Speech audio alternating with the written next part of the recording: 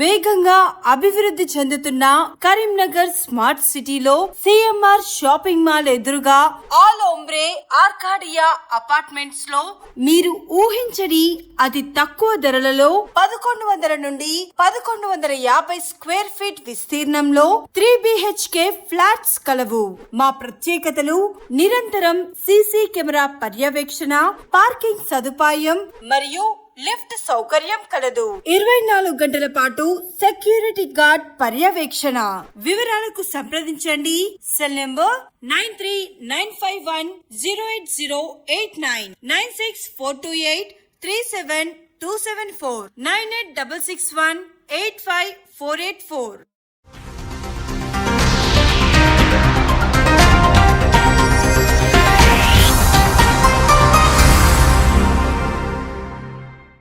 Welcome to Public TV news బులెటిన్ల ముందుగా headlines. ఢిల్లీలో ఎన్నికలు, ఓటేసిన రాష్ట్రపతి ద్రౌపది ముర్ము.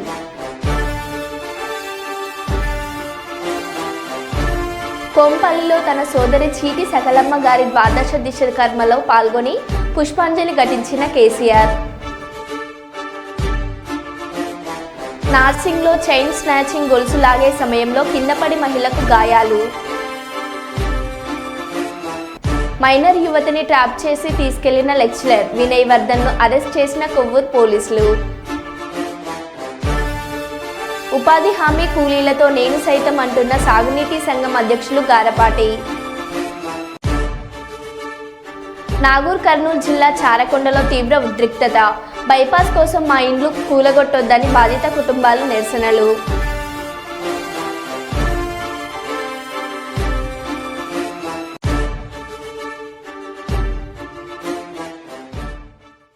ఇక వివరాల్లోకి వెళ్తే, పెద్దపల్లి జిల్లా గోదావరిఖని పట్టణంలో రామగుండం ట్రాఫిక్ పోలీసులు వాహనాల తనిఖీలు నిర్వహించారు. ఈ సందర్భంగా traffic CI Rajeshwara Rao, SI Santosh పాల్గొని కార్పొరేషన్ కార్యాలయం సమీపంలో వాహనదారులకు హెల్మెట్ వినియోగంపై అవగాహన కార్యక్రమం నిర్వహించారు. ఈ సందర్భంగా హెల్మెట్ లేకుండా ద్విచక్ర వాహనాలు నడుపుతున్న వాహనదారులను ఆపి జరిమానాలు విధించడంతో పాటు వారికి కౌన్సిలింగ్ నిర్వహించారు. అలాగే రాంగ్ డ్రైవింగ్, మద్యం సేవించి వాహనాలు నడపడం, ర్యాష్ డ్రైవింగ్, సిగ్నల్ జంపింగ్ ఇలా ఇష్టానుసారంగా వాహనాలు నడిపితే చట్టపరంగా చర్యలు తీసుకుంటామన్నారు. సెంట్రల్ గవర్నమెంట్ ఏర్పాటు చేసిన మిశ్రమ్ పథకం ద్వారా రోడ్డు ప్రమాదాలకు గురైతే 2 లక్షల బీమా వర్తిస్తుందని, దీనికి సంబంధించి అందరూ ఎన్రోల్ చేసుకోవాలని సిఐ సూచించారు.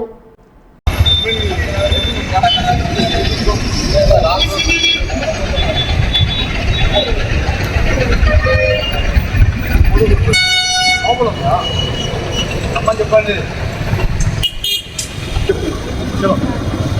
20 సెకండ్ల ఎక్కువ అవునా కదా?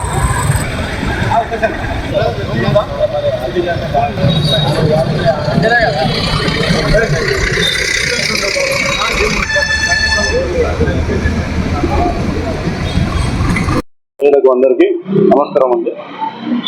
సెంట్రల్ గవర్నమెంట్ మరియు స్టేట్ గవర్నమెంట్ వచ్చేసి జనవరి 1వ తారీఖు నుండి 31వ తారీఖు వరకు రోడ్డు భద్రత మాసోత్సవాలు అనేది చేసింది. దానిలో భాగంగా మేము గత నెల రోజులు అంటే జనవరి 1వ తారీఖు నుండి 31వ తారీఖు వరకు ప్రోగ్రామ్ చేశాము, అవేర్నెస్ కల్పించాము. అయినా కూడా ఏంటంటే చాలా మంది ప్రజలు హెల్మెట్ లేకుండా, సీట్ బెల్ట్ లేకుండా డ్రంక్ అండ్ డ్రైవ్ రాంగ్ రూట్లో వెళ్తున్నారు. సో ప్రతి ఒక్కరూ హెల్మెట్ ధరించాలని ఈ ప్రోగ్రామ్ మేము కంటిన్యూ చేస్తున్నాము. మా రామగుండం కమ్యూనిస్టేట్లోని ఉన్న ప్రజలకు ట్రాఫిక్ వాళ్ళది ఒకటే విజ్ఞప్తి, ప్రతి ఒక్కరూ 2 వీలర్ మీ ఇంట్లో నుండి తీసేటప్పుడు వితౌట్ హెల్మెట్ తీయకూడదు. హెల్మెట్ ప్రతి ఒక్కరు ధరించాలి, సిగ్నల్స్ పాటించాలి, డ్రంక్ అండ్ డ్రైవ్ చేయకూడదు, తాగి ఎవరు బండి నడపొద్దు. మీరు ఇంట్లోనే సేఫ్గా బయటకు వస్తున్నారో మీరు సేఫ్గా ఇంటికి వెళ్ళాలి. ఎందుకంటే మనం రైట్ రూట్లో పోయినా కూడా ఎదుటి వ్యక్తి ఎలాగ వస్తాడో తెలియదు. మనకు కాలు చేతులు తిరిగినాడో 2 నెలలు 3 నెలలు మనం రికవర్ అవుతాము. బట్ హెడ్ అయితే ఏదైతే ఇంజ్యూర్ అవుతుందో దానివల్ల ప్రాణాలు పోతాయి. మా గురించి కాదు, మీ ఫ్యామిలీ గురించి, మీ తల్లిదండ్రుల గురించి మీరు ఆలోచించి దయచేసి ఒకసారి 2 వీలర్ మీరు తీసేటప్పుడు పక్క హెల్మెట్ ధరించాలి. హెల్మెట్ మర్చిపోతే మళ్ళీ వెళ్ళి తెచ్చుకోండి. మనం సెల్ ఫోన్ మర్చిపోతే ఒక 4 కిలోమీటర్ 5 కిలోమీటర్ మనం వస్తాము, మళ్ళీ ఇంటికి వెళ్ళి తెచ్చుకుందాం. బట్ సెల్ ఫోన్ మర్చిపోవడంతో మనకేం కాదు. ఏంటంటే జస్ట్ మనకి ఇన్ఫర్మేషన్ అనేది లేట్గా పాస్ అవుతుంది. పొద్దున వచ్చే ఇన్ఫర్మేషన్ సాయంత్రం వస్తుంది. బట్ హెల్మెట్ మీరు మర్చిపోయిన అనుకోండి, ఆ క్షణంలో ఏమి మనం కరెక్ట్ పోయినా కూడా ఎదుటి వ్యక్తి రాంగ్ రూట్లో వచ్చినా లేకుంటే ఏదైనా పశువులు కానీ మన వచ్చినా కూడా పడిపోతే హెడ్ ఇంజురీ అయితే మీకు జరగాలని ఏమైనా జరిగితే మీరు ఒకరే ఏమైనా జరిగితే మీరు వెళ్ళిపోతారు.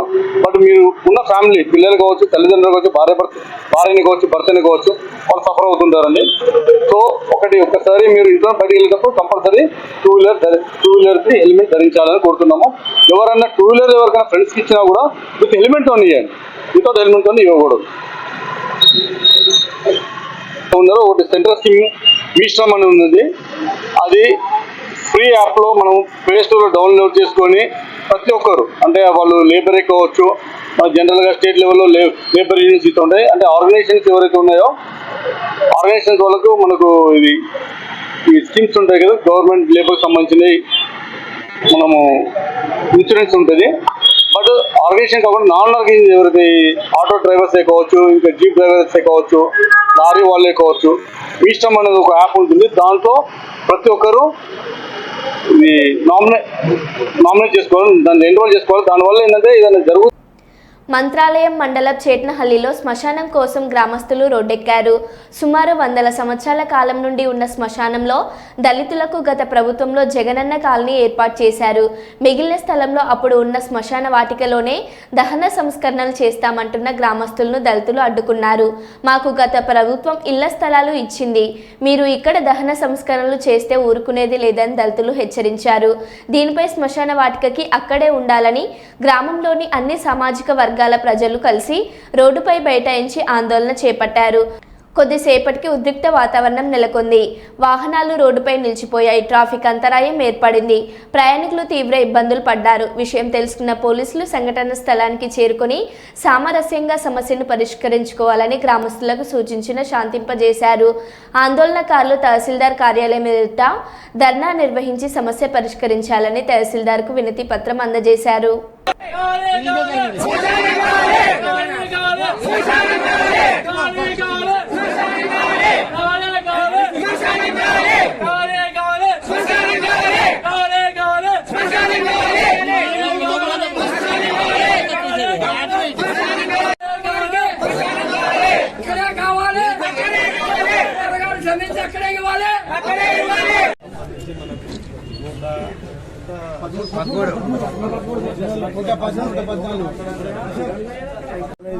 గతంలో ఎప్పుడు బ్రిటిష్ వాళ్ళు ఇచ్చిన సర్వే నెంబర్ వచ్చేసి 126 మనకి శ్మశానం 3 ఎకరాల 54.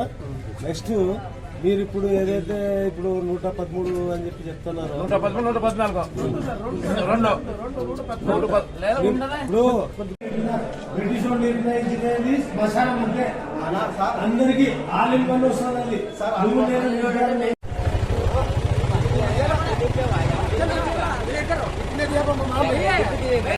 గ్రామాల్లో జరిగే సర్పంచ్ ఎన్నికలకు అప్పులు చేసి సర్పంచ్ ఎన్నికల్లో నిలబడితే ఎలాంటి ప్రమాదం జరుగుతుందని ఈ షార్ట్ ఫిలిం ద్వారా 10 మందికి చూపించడం జరుగుతుంది. సర్పంచ్గా నిలబడితే విలేజ్లో జరిగే కుట్రలు కుతంత్రాలు ఏ విధంగా ఉంటాయో ఈ షార్ట్ ఫిలిం చూపించడం జరిగింది. ఈ షార్ట్ ఫిలింలో విలేజ్లో ఉండే ఎమోషన్స్ చూపించడం జరిగింది.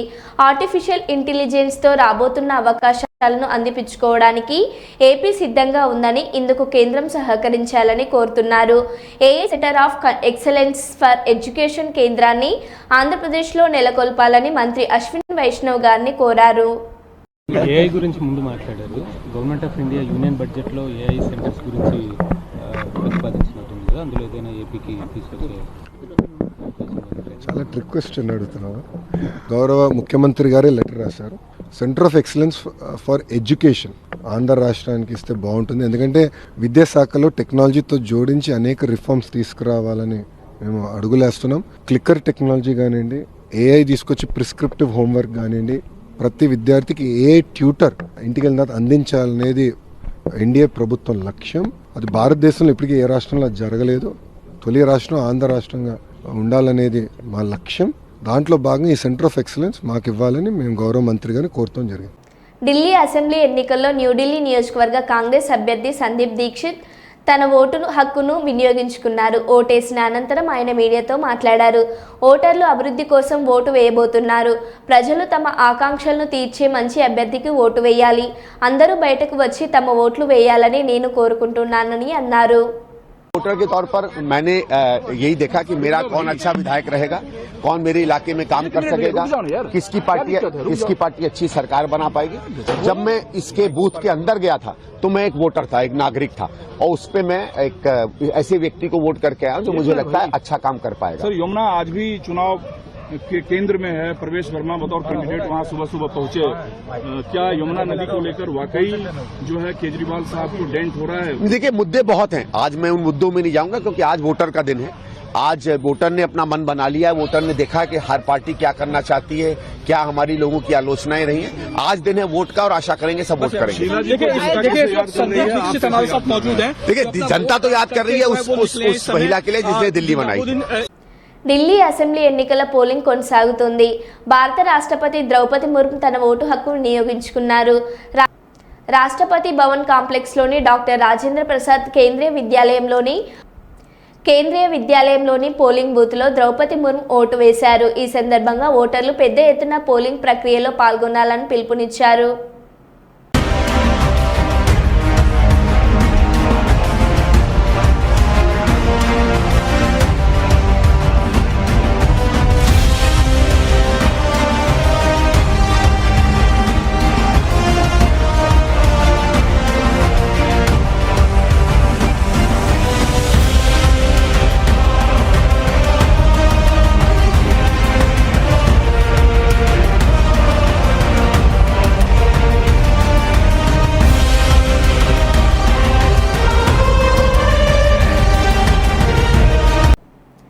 దేశ రాజధాని ఢిల్లీలో శాసనసభ ఎన్నికలు ప్రశాంతంగా కొనసాగుతున్నాయి.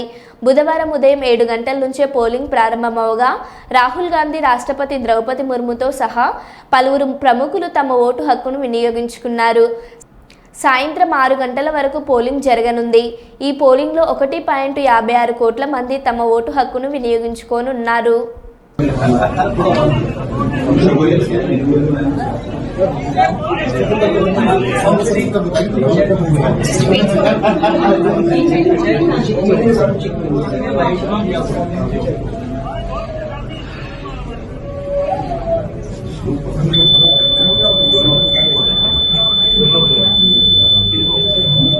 Yes.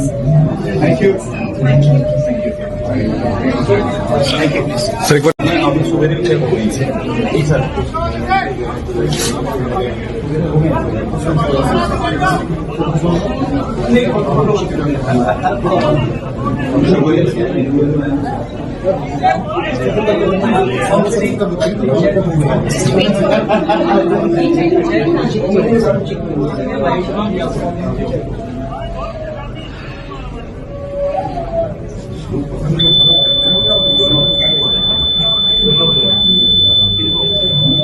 Yes. Thank you. Thank you. Thank you. Nagur Kurnool జిల్లా చారకొండలో తీవ్ర ఉద్రిక్తత. నిరసన చేస్తున్న చిన్న పాపను సైతం పోలీసులు వాహనాల్లో తరలిస్తున్న పోలీసులు. జడ్చెల్ల కోదాడ 167వ రహదారి నిర్మాణ పనుల్లో భాగంగా బైపాస్ రోడ్డు కోసం చారకొండలో 29 ఇండ్లను కూలగొట్టడానికి సిద్ధమైన అధికారులు, పోలీస్ బలగాలతో జేసీబీలతో వచ్చిన అధికారులు బైపాస్ కోసం మా ఇండ్లు కూలగొట్టొద్దని బాధిత కుటుంబాలు నిరసనలు చేస్తున్నారు.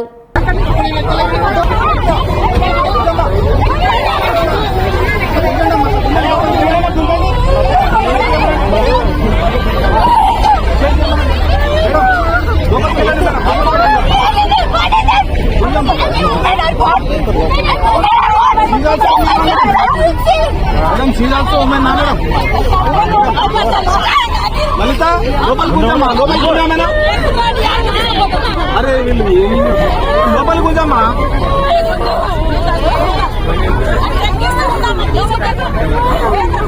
లోపలికి కూర్చోమ్మా. అవతల జరగమ్మా, అవతల జరగ, అవతల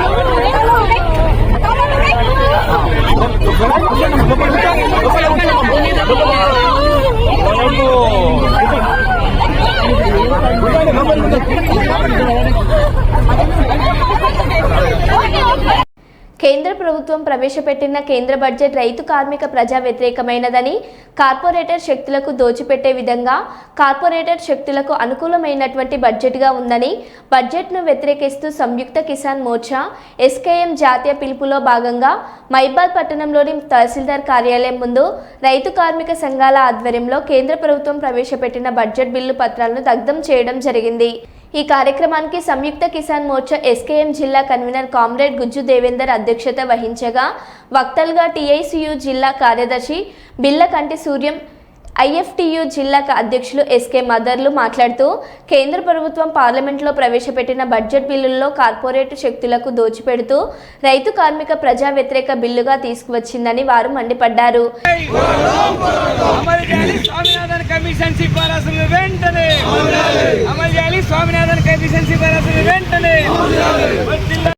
ఈరోజు ఎస్కేఎం ఆధ్వర్యంలో ఇలా భారతదేశం వ్యాప్తంగా ఇలా ఏదైతే నరేంద్ర మోడీ పార్లమెంట్లో ప్రవేశపెట్టిన బిల్లుకు నిరసనగా ఇవాళ రైతాంగానికి కానీ, కార్మిక వర్గానికి కానీ, కర్షక వర్గానికి కానీ కనీసం వాళ్ళకి తగినంత బిల్లు కాకుండా చాలా తక్కువ బిల్లుని ప్రవేశపెట్టాడు. ఏదైతే మనం ఆశించాం ఇవాళ రైతాంగాన్ని, ఇవాళ కార్మిక వర్గాన్ని కూడా మంచి బిల్లు ప్రవేశపెట్టి ఇవాళ రైతాంగాన్ని ఆనందపరుస్తులు అంటే రైతాంగాన్ని నడ్డివిరగొట్టే బిల్లుని ఇవాళ ముందుకు తీసుకొచ్చాడు. ఎందుకంటే ఇవాళ ఉపాధి హామీ ఏదైతే పథకం ఉందో ఈ పథకాన్ని మొత్తం కూడా పూర్తిగా నిర్వీర్యం చేసి ఈ పథకాన్ని రాబోయే కాలంలో ఎత్తివేయడం కోసం నరేంద్ర మోడీ ప్రభుత్వం ఎదురు చూస్తుంది. ఇవాళ విద్య, వైద్యం ఇవాళ చాలా ఇంపార్టెంట్గా ఉన్న పరిస్థితిలో కేంద్ర ప్రభుత్వం ఇటీవల పార్లమెంట్లో బడ్జెట్ 2025-26 ప్రవేశపెట్టింది. దీంట్లో రక్షణ రంగానికి 6 లక్షల కోట్లు పెట్టింది. వ్యవసాయ రంగానికి 1,70,000 కోట్లు పెట్టింది. విద్యా వైద్యాన్ని కూడా వ్యవసాయ రంగం ఈ 3 రంగాలు కేటాయించింది. ఒకెత్తైతే ఒక్క రక్షణ రంగానికి 6 లక్షల కోట్ల పైగా ప్రకటించింది. దీన్ని నిరసిస్తూ దేశవ్యాప్తంగా కార్మిక సంఘాలు, రైతు సంఘాలు, సంయుక్త కిసాన్ మోర్చా ఇచ్చిన పిలుపులో భాగంగా మైబాద్ జిల్లాలో ఇవాళ రైతు కార్మిక సంఘాల ఆధ్వర్యంలో కేంద్ర బడ్జెట్ పత్రాలని ఏదైతే బడ్జెట్లో వచ్చిందో ఆ బడ్జెట్ పత్రాలకు నిరసనగా దగ్ధం చేసే కార్యక్రమాన్ని మేము ప్రారంభిస్తాను. దానికి ముందుగా రైతు సంఘాల నాయకులు, సంఘీభావం జరపడానికి కార్మిక సంఘాల నాయకులు మాట్లాడతారు. సమయాన్ని దృష్టిలో పెట్టుకొని ఒక్కొక్క నాయకులు ఒక్కొక్క సంఘం నుంచి 1 నిమిషం తగ్గకుండా మాట్లాడి చెప్పిందిగా మరి ప్రగతిశీల రైతు సంఘం సంయుక్త కిసాన్ మోర్చా ఎస్కేఎం ఇచ్చినటువంటి పిలుపులో భాగంగా ఈరోజు దేశవ్యాప్తంగా అన్ని జిల్లా కేంద్రాలలో అటు రైతాంగం కావచ్చు, ఇటు కార్మిక వర్గం కావచ్చు, ఆ కేంద్రంలో ప్రవేశపెట్టినటువంటి బడ్జెట్కు వ్యతిరేకంగా నిరసన కార్యక్రమాలు ఇచ్చిన పిలుపులో భాగంగా ఈరోజు మనం కార్యక్రమం చేస్తూ ఉన్నాం. ప్రధానంగా చూసుకుంటే భారతదేశం వ్యవసాయక దేశం. ఈ వ్యవసాయక దేశంలో మొత్తం 170% మందికి పైగా ప్రజలు వ్యవసాయం ఆధారపడి జీవిస్తున్నటువంటి క్రమంలో వ్యవసాయ రంగాన్ని నీరుగార్చేటువంటి పద్ధతుల్లో ఇవాళ కేంద్ర ప్రభుత్వం ప్రవేశపెట్టినటువంటి బడ్జెట్ ఉన్నటువంటి స్థితి మనం చూస్తూ ఉన్నాం. మరోవైపు ఈ దేశంలో 44 కోట్ల పైగా ఉన్నటువంటి సంఘటిత, అసంఘటిత రంగ కార్మికులకు సంబంధించినటువంటి ఎలాంటి సంక్షేమ పథకాలు లేకుండా ఇవాళ కేంద్ర ప్రభుత్వం బడ్జెట్ ప్రవేశపెట్టినటువంటి స్థితిలో మనం ఈ నిరసన కార్యక్రమానికి దిగాల్సినటువంటి పరిస్థితికి నెట్టబాటం అనేటువంటి విషయాన్ని కూడా మనందరం గుర్తు చేసుకోవాలని చెప్పేసి భవిష్యత్తులో భారతదేశంలో కమ్యూనిజం లేకుండా, ఎర్ర జెండాలు లేకుండా, విప్లవ పార్టీలు లేకుండా చేయాలనేటువంటి ఒక ఏకైక లక్ష్యంతో కేంద్ర మిత్రులు మరియు కార్మిక సంఘాల మిత్రులు,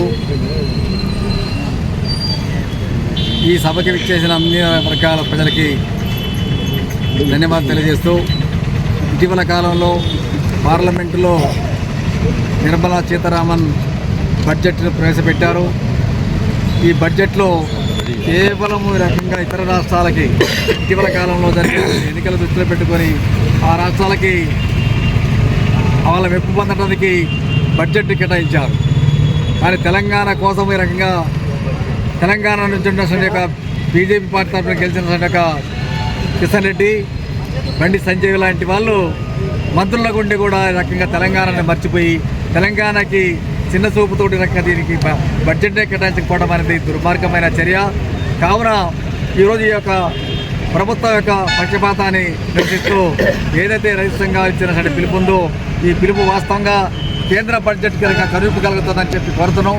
తెలంగాణకి ఇప్పటికైనా కానీ అత్యధిక బడ్జెట్ కేటాయించేసి ఇక్కడ కొన్ని శంకుస్థాపనలు చేసిన యొక్క నేపథ్యం కూడా ఈ మంత్రులు బీజేపీ తరఫున గెలిచిన మంత్రులు అది ఉంది. హామీ ప్రకారంగా తెలంగాణకి అలాంటి యొక్క కేటాయించిన వాటికి ఒక రకంగా బడ్జెట్ని కేటాయించాలని చెప్పేసి.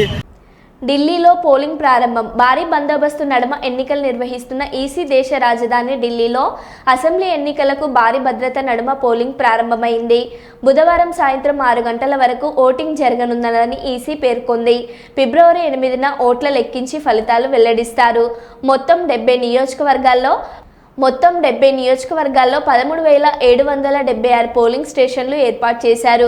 1.56 కోట్ల మందికి పైగా ఓటర్లు ఢిల్లీలో ఎన్నికల్లో తమ ఓటు హక్కును వినియోగించుకున్నారు. బీజేపీ అధికార ఆమ్ ఆద్మీ పార్టీ మధ్య హోరాహోరీగా పోరు నడుస్తుంది.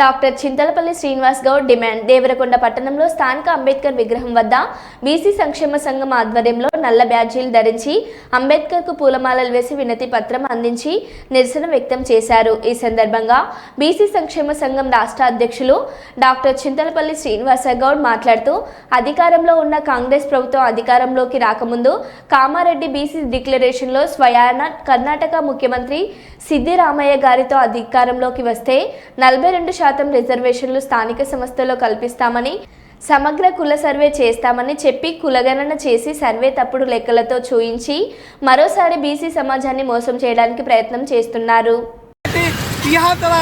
నిజమైనటువంటి సర్వేను బయటికి తీసుకొచ్చి మరి నిజమైనటువంటి రిజర్వేషన్లు మాకు ఇవ్వాలి. నేను నియోజకవర్గంలో స్థానిక అంబేద్కర్ విగ్రహం వద్ద బీసీ సంక్షేమ సంఘం ఆధ్వర్యంలో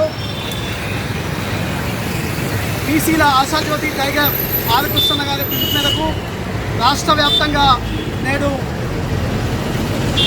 అంబేద్కర్ విగ్రహాల ముందు నిరసన కార్యక్రమాన్ని వ్యక్తం చేస్తాం. ముఖ్యంగా కాంగ్రెస్ పార్టీ అధికారంలోకి రావడానికి ముందు కామారెడ్డి డిక్లరేషన్లో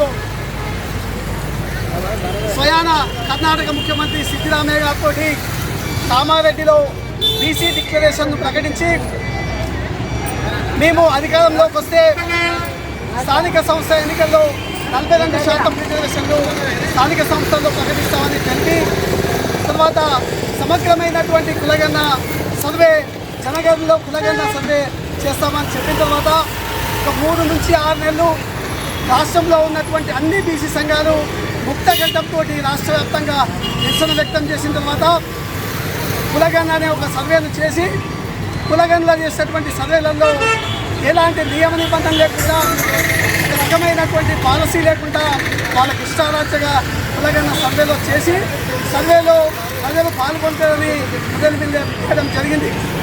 ఇది యావత్తు బీసీ ప్రజాధికారికి సిగ్గుచేటుగా మేము భావిస్తున్నాం.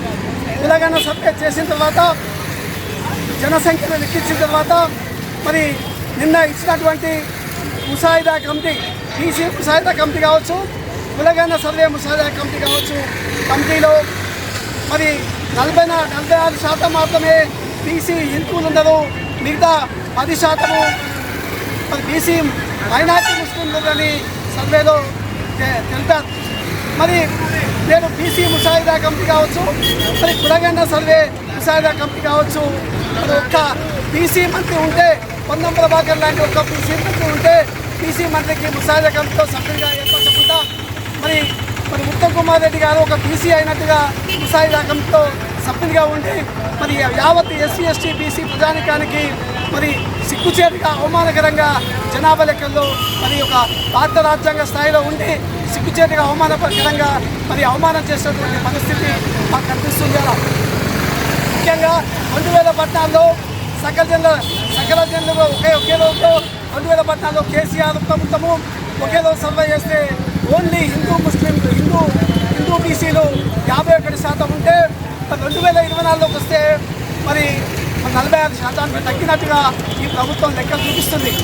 మరి లెక్కలు చూపిస్తున్నటువంటి ప్రభుత్వము మరి 10 సంవత్సరాల్లో మరి ఏ విధంగా జనాభా తగ్గిందో అదేవిధంగా 7% ఉన్నటువంటి ఓసీ వర్గాలు మరి డబుల్ 2 తగ్గే విధంగా తగ్గిందో దాన్ని మాకు నిరూపణ చేయాలని కూడా ప్రభుత్వాన్ని డిమాండ్ చేస్తాం. అంటే గత 70 సంవత్సరాల నుంచి దేశానికి స్వాతంత్రం వచ్చగా నుంచి బీసీలను ఓటు బ్యాంక్ ఉపయోగించుకుంటూ కానీ సర్వేలో మాత్రము మరి కులాల వారిగా కులాలను లెక్కించాలని గొంతెట్టి యావత్ ప్రజానికము వారి అడిగినప్పటికీ సర్వే మాత్రము కరెక్ట్ చెప్పకుండా మరి తప్పుడు లెక్కలు చెప్పి యావత్ బీసీ ప్రజానికాన్ని మరి మోసం చేసేటటువంటి మొత్తంలో తీసుకొస్తుంది. కాబట్టి ఈ సర్వే ఎందుకంటే ఆ దేశంలో కానీ రాష్ట్రంలో కానీ ఉన్నటువంటి పాలకులు వారికి ఇష్టారాజ్యంగా సర్వేలు చేసుకొని నిజమైన సర్వేలు బయటపెట్టకుండా మరి మోసం చేసేటటువంటి పరిస్థితి కనిపిస్తుంది. మరి 5% ఉన్నటువంటి ఓసీ అగ్రవర్ణాలు తీసుకుంటే మరి నేడు ఈడబ్ల్యూఎస్ కింద 10% ఉన్నటువంటి మరి రిజర్వేషన్ కల్పించుకున్నారు. మరో బులెటిన్లో మళ్ళీ కలుద్దాం. Stay tune.